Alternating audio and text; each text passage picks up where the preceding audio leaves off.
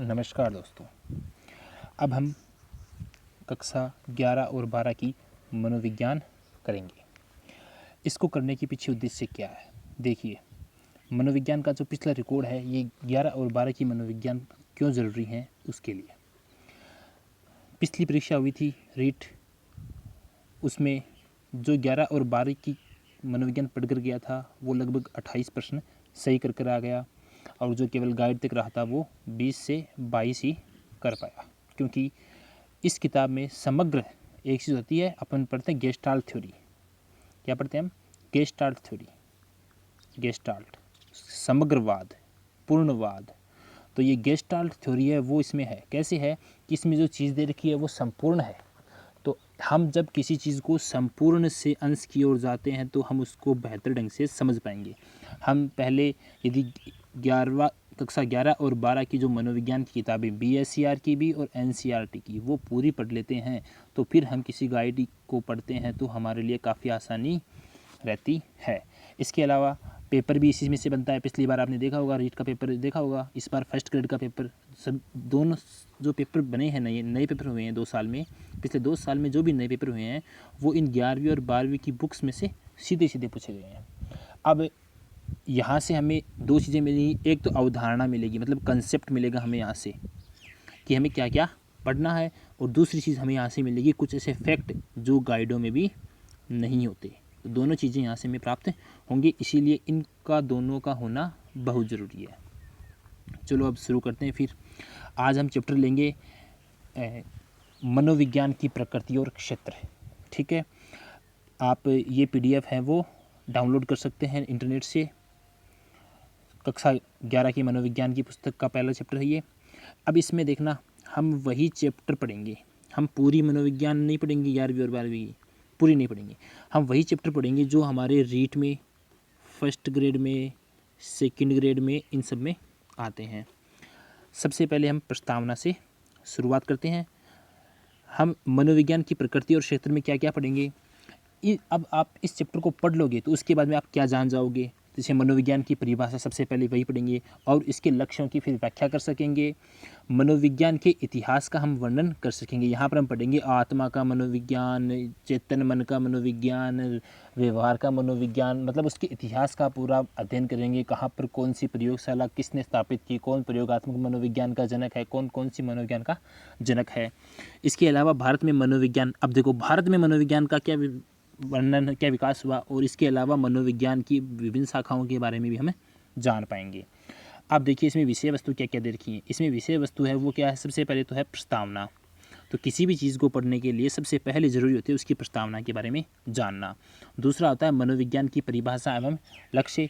तीसरा है मनोविज्ञान का इतिहास। चौथा है पूर्व वैज्ञानिक काल। पाँचवा है वैज्ञानिक काल। छठवां है भारत में मनोविज्ञान का विकास। सातवां है मनोविज्ञान एवं विषय।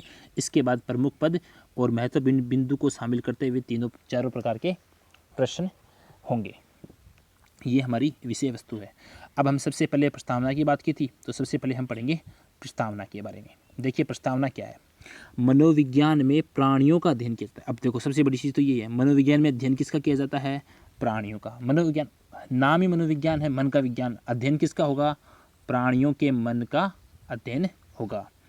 प्राणी कैसे प्रत्यक्षण करता है, सीखता है, सोचता है, याद करता है, समझता है, और साथ ही साथ अपने पर्यावरण के साथ, किसके साथ? अपने पर्यावरण की घटनाओं और वस्तुओं के साथ किस तरह से अंतः क्रिया करता है आदि का अध्ययन मनोविज्ञान में किया जाता है। तो सीधी सी बात यहाँ से निकल कर आई है कि जो मानव है वो पर्यावरण के साथ जिस प्रकार की अंतः क्रियाएँ करता है उन सब के साथ, उन सब को सम्मिलित रूप से उनका जो अध्ययन है वो मनोविज्ञान में किया जाता है। इसके अलावा मनोवैज्ञानिक कुछ इन प्रश्नों का उत्तर भी ढूंढने का प्रयास करते हैं। व्यक्ति क्यों किसी चीज़ को आसानी से याद कर लेता है, ये भी मनोविज्ञान का प्रश्न है, तो वो इसमें से ढूंढा जा सकता है। जैसे आसानी से याद करने का मतलब क्या हो गया, जैसे मान लो आपको कोई चीज़ है वो समग्र रूप से आप पहले पढ़ लेते हैं उसको, और उसके बाद उसका आप अंश पढ़ते हैं तो वो आपको याद जल्दी होती है। जबकि आप यदि उसका अंश पहले पढ़ते हो फिर समग्र रूप से पढ़ते हो तो आप उसको ग्रहण करने में आपको दिक्कत होगी। अब आगे देखिए, व्यक्ति में चिंतन का विकास कैसे होगा, ये भी इससे पता चलता है। भिन्न भिन्न व्यक्तियों का प्रत्यक्षण भिन्न भिन्न क्यों होता है, उनकी बुद्धि लब्धि ये सब अलग अलग क्यों होते हैं, ये सब हमें मनोविज्ञान से पता चलता है। और व्यक्तित्व का विकास कैसे होगा आदि सभी बातों का पता भी हमें इससे चलता है। इस उत्सुकता और जिज्ञासा के कारण हम यह सोचने के लिए बाध्य हो जाते हैं कि किस प्रकार से लोग बुद्धि, अधिक्षमता और स्वभाव से भिन्न है। किससे? बुद्धि, अक्षमता और अभिक्षमता और स्वभाव से कैसे लोग भिन्न है उसका अध्ययन करते हैं। ये कभी प्रसन्न हो जाते हैं तो कभी दुखी हो जाते हैं। किस प्रकार वे एक दूसरे के मित्र या शत्रु हो जाते हैं। कुछ लोग किसी कार्य को जल्दी सीख लेते हैं जबकि दूसरे उसी कार्य को सीखने में अपेक्षाकृत अधिक समय लगाते हैं, क्योंकि समय लगाने के पीछे उनका कारण है कि उनकी अधिक्षम योग्यता, अधिगम योग्यता, बुद्धि, ये सभी कारक जिम्मेदार होते हैं। इन प्रश्नों का उत्तर एक अनुभवहीन व्यक्ति भी दे सकता है तथा वह व्यक्ति भी जिसे मनोविज्ञान का ज्ञान है। एक अनुभवहीन व्यक्ति होगा वो भी उत्तर तो दे सकता है, लेकिन उसका उत्तर क्या होगा? सामान्य ज्ञान के आधार पर प्रश्नों का उत्तर देता है। जबकि जो मनोवैज्ञानिक होता है वो उसके पीछे छिपे कारणों का क्रमबद्ध रूप से अध्ययन करने के बाद इन प्रश्नों का कैसा उत्तर देता है? वैज्ञानिक उत्तर देता है। कहे तो हम भी सकते हैं यार उसकी बुद्धि कमज़ोर होगी, लेकिन वो बुद्धि होती क्या है उसका पूरा अध्ययन करने के बाद बताएंगे हाँ कि इसकी बुद्धि लब्धि इतनी थी, इस कारण इसने ये इस चीज़ को ग्रहण नहीं कर पाया। अब आगे आता है मनोविज्ञान की परिभाषा और लक्ष्य। तो मनोविज्ञान है वो साइकोलॉजी शब्द है वो दो ग्रीक शब्दों से मिलकर बना है। यहाँ से अच्छे प्रश्न बनते हैं यहाँ से। तो दो शब्द कौन सा है? पहला वर्ड है साइकी, ये साइको नहीं है, यहाँ पर साइकी याद रखना, PSYCHE, साइकी शब्द है ये। कई इसको साइको समझ लेते हैं। यहाँ पर साइकी ये जब आती है ना ऑप्शन में आता है तो एक जगह हो जाते हैं दोनों। तो ये साइकी और लोगोस, साइकी और लोगोस इन दोनों से मिलकर बना होता है। तो साइकी का यहाँ पर अर्थ क्या होता है? साइकी का अर्थ होता है आत्मा। साइकी का अर्थ क्या होता है? आत्मा। और लोगोस का अर्थ होता है अध्ययन करना। तो सीधी सी बात हो गई। शुरू में जब इस मनोविज्ञान शब्द की उत्पत्ति हुई थी तब एक ही शब्द नाम आता था कि इसका जो अर्थ निकला था मनोविज्ञान का वो निकला था आत्मा का अध्ययन करना। अब देखो इसमें अध्ययन करना या विवेचन करना दोनों सही है। यहाँ पर कई बार विवेचन करना भी लिखा आता है, कई बार अध्ययन करना भी आता है। ठीक है। अब है आरंभिक ग्रीक दार्शनिक जैसे अरस्तु आ गया, प्लेटो आ गया, इन्होंने मनोविज्ञान को किसकी विज्ञान कहा है? आत्मा का विज्ञान कहा, क्योंकि उन्होंने मनोविज्ञान का अर्थ ही वही निकाला था जो लैटिन भाषा से निकला था, आत्मा का विज्ञान। ठीक है। लेकिन 17वीं शताब्दी में, अब देखो 17वीं शताब्दी के दार्शनिक थे लिबनिज। कौन थे? लिबनिज और जॉन लॉक। इन्होंने साइकी शब्द का अधिक उपयुक्त अर्थ किससे लगाया? मन से लगाया। इन्होंने किसको प्राथमिकता दी? मन को प्राथमिकता दी। किसको प्राथमिकता दी?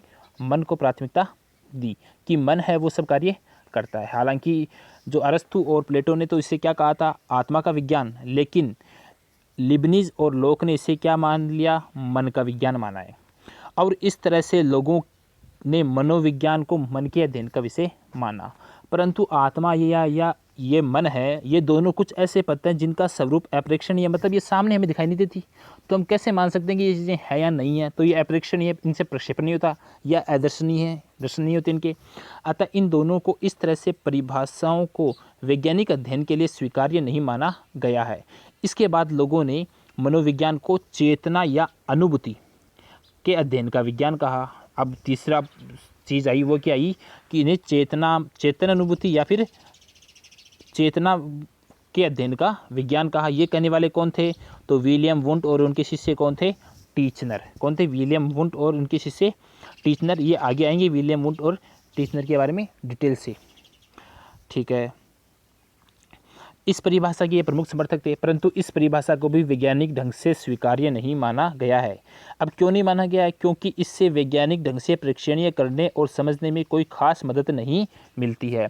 अब महत्वपूर्ण चीज़ें जो विलियम वुंट हैं, इनको प्रयोगात्मक मनोविज्ञान का जनक कहा जाता है। ये चीज़ पढ़ लेना आराम से, बहुत बार पूछी जा चुकी है।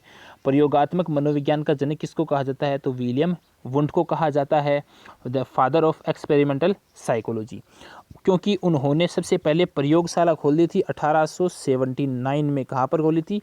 लिप्जिंग विश्वविद्यालय जर्मनी में। कहाँ पर है? जर्मनी में। तो वहाँ पर लिप्जिंग विश्वविद्यालय में 1879 में पहली इन्होंने मनोवैज्ञानिक प्रयोगशाला की स्थापना की थी।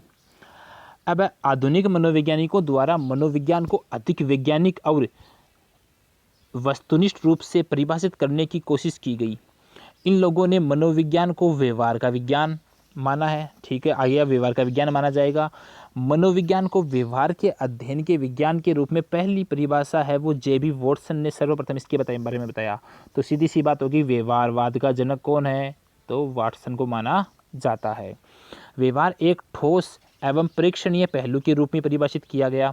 वही जो कमी पिछले में थी, किस में थी, आत्मा में थी या मन में थी, वो कमी यहाँ पर व्यवहार में दूर कर दी। वो अप्रेक्षणीय थे, ये क्या कर दिया फिर इन्होंने, प्रेक्षणीय रूप में ला दिया। यह आत्मा मन और चेतना से काफ़ी भिन्न था, क्योंकि इसमें कुछ ऐसे आत्मनिष्ठ थे जिनका प्रेक्षण भी नहीं किया जा सकता था।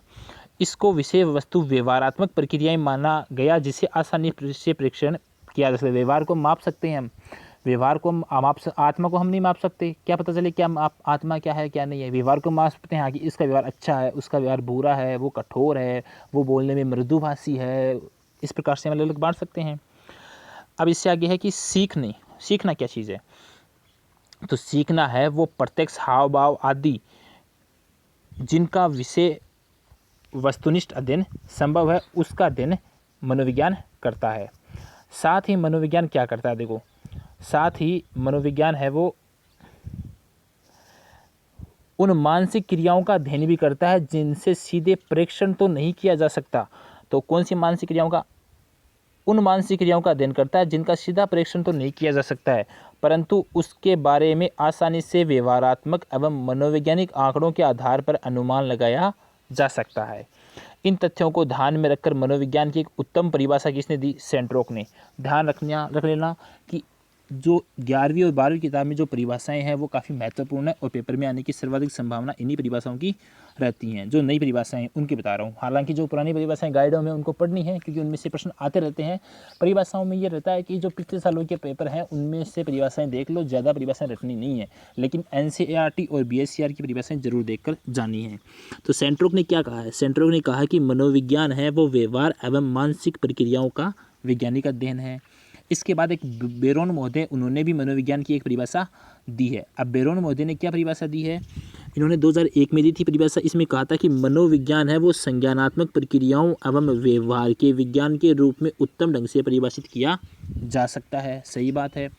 इसके बाद एक व्यक्ति आते हैं, इनका नाम है सिस्ली और मेयर।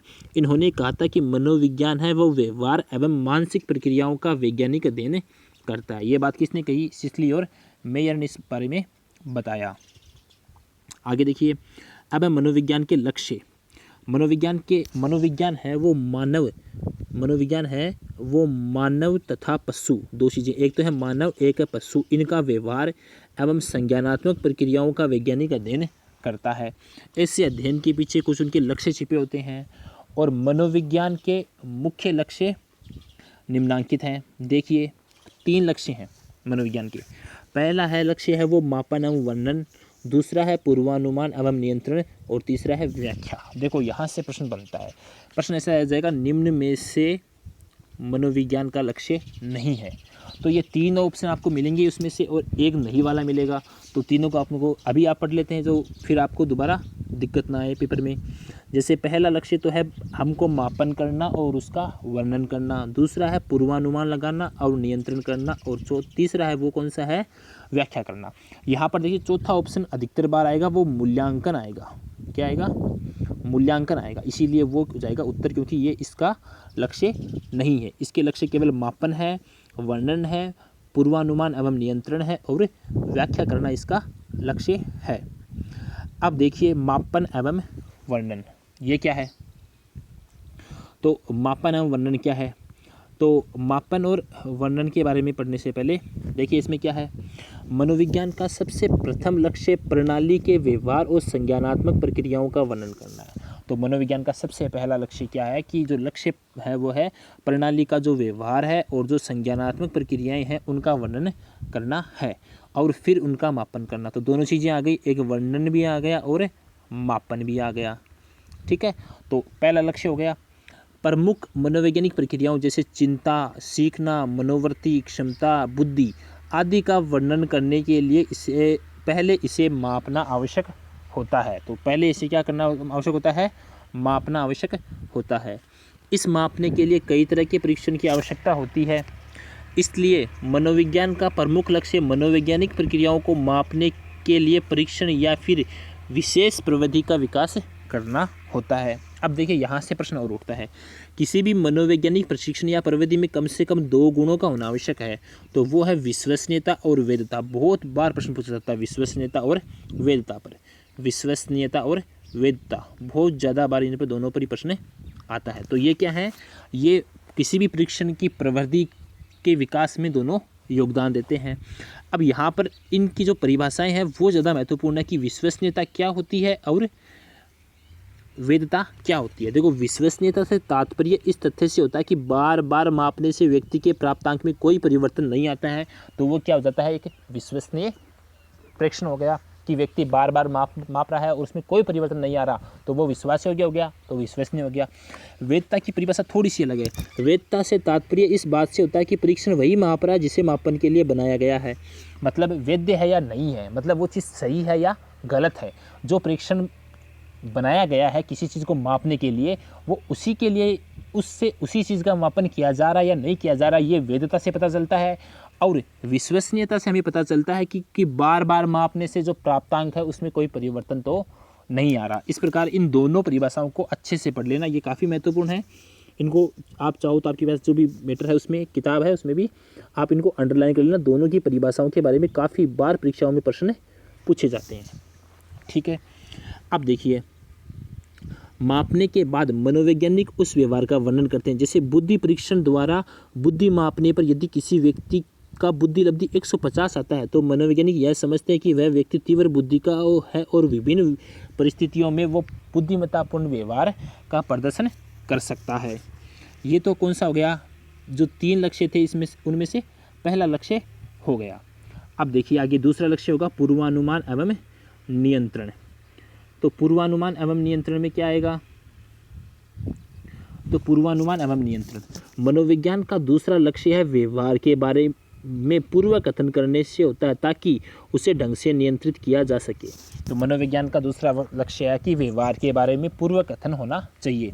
जहाँ तक पूर्व कथन का माप है, इससे में सफलता मापन की सफलता, इसमें सफलता है वो मापन की सफलता पर निर्भर करती है कि जितना मापन सफल होगा उतना ही पूर्वानुमान भी सफल होगा। सामान्यतः मनोवैज्ञानिक व्यवहार के मापन के पर ही यह पूर्व कथन करते हैं कि व्यक्ति अमुक परिस्थिति में क्या कर सकता है और कैसे कर सकता है। जैसे हम किसी छात्र का सामान्य बौद्धिक स्तर का मापन करके उसके बारे में सही जान लें तो हम विद्यालय में उसके निष्पादन के बारे में पूर्व कथन आसानी से कर सकते हैं। जैसे व्यक्ति की अरुचिकर को माप कर मनोवैज्ञानिक यह पूर्वानुमान लगाते हैं कि व्यक्ति किस तरह के कार्य में लगाना उत्तम होगा ताकि उसे अधिक सफलता प्राप्त कर सके। पूर्व कथन तथा नियंत्रण साथ साथ चलता है और मनोवैज्ञानिक जब किसी व्यवहार के बारे में पूर्व कथन करता है तो इसका उद्देश्य व्यवहार को नियंत्रित करना होता है। अब देखो पूर्व कथन का क्या लफड़ा है उसको सही सरल शब्दों में से समझ लो। पूर्व कथन होता क्या, देखो अब मान लो आपने किसी व्यक्ति के व्यवहार का क्या कर लिया, मापन कर लिया। पहले तो हम क्या करेंगे, उसका वर्णन करेंगे, फिर उसके व्यवहार का क्या करेंगे, मापन करेंगे। अब मापन हमने कर लिया तो हमें ये पता चल गया कि उस व्यक्ति में क्या खूबियाँ हैं, तो हम पूर्व कथन के माध्यम से उस व्यक्ति को उसी क्षेत्र में हम भेज सकते हैं। जैसे मान लो किसी के 10वीं परीक्षा में अच्छे अंक आए, गणित में अच्छे अंक आए 10वीं परीक्षा में, और उसको जो 10वीं कक्षा में जो अध्यापक पढ़ाता था उसे पता था कि ये गणित में इस प्रकार से कार्य कर सकता है, तो वो अध्यापक उस बालक के लिए पूर्व कथन करेगा कि ये 11वीं और 12वीं में गणित में भी अच्छे प्रतिशत अंक लाएगा, इसीलिए इसे साइंस मैथ दिलवानी चाहिए। तो ये क्या हो गई, उसके बारे में एक पूर्व कथन की धारणा बन गई। अब जो तीसरा उद्देश्य है वो है व्याख्या। बताया था मैंने मूल्यांकन उद्देश्य नहीं है, बहुत बार प्रश्न बना है, इसको ढंग से पढ़ लेना। अब आता है व्याख्या। मनोविज्ञान का अंतिम लक्ष्य होता है वो क्या होता है, मानव व्यवहार की व्याख्या करना। व्यवहार की व्याख्या करने के लिए मनोवैज्ञानिक कुछ सिद्धांतों का निर्माण करते हैं ताकि उनकी व्याख्या वैज्ञानिक ढंग से की जा सके। ऐसे सिद्धांत ज्ञात स्रोतों से तथ्यों को संगठित करते हैं और मनोवैज्ञानिकों को उस परिस्थिति में तर्क संगत अनुमान लगाने में मदद करते हैं जहां वे सही उत्तर नहीं जान पाते। मनोवैज्ञानिक व्यवहार की व्याख्या करना मानव का सबसे अव्वल लक्ष्य है, क्योंकि जब तक मनोवैज्ञानिक यह नहीं बतला पाते कि व्यक्ति अमुक व्यवहार क्यों कर रहा है, अमुक मापन प्रवृत्ति क्यों काम में ले रहा है, तो वे सही ढंग से न तो उसके व्यवहार के बारे में पूर्व कथन कर सकते हैं और न ही ढंग से उसका नियंत्रण संभव है। अब व्याख्या करना से सीधा सा तात्पर्य है कि मान लो सबसे पहले उसने व्यक्ति के व्यवहार का वर्णन किया गया, फिर मापन किया गया, फिर उसका क्या दर्शाया गया, पूर्व कथन दर्शाया गया। अब देखो पूर्व कथन दर्शाने के बाद, अब मान लो किसी का पूर्व कथन हमने दर्शा दिया, दर्शाने के बाद अब हमें ऐसे तथ्यों को संगठित करना है जिससे हम उसका सर्वांगीण विकास कर सकें और उनसे जान सकें कि इसने इस परिस्थिति में कैसा कार्य किया है, उसकी हम क्या करें, व्याख्या करें। तो इस प्रकार से ये 3 जो लक्ष्य हैं मनोविज्ञान के वो हमने पढ़ लिए। ठीक है, तो अभी वीडियो है वो 20 मिनट के लगभग हो गया, बाकी का हम कल मनोविज्ञान का इतिहास आगे पढ़ेंगे। तब तक के लिए धन्यवाद।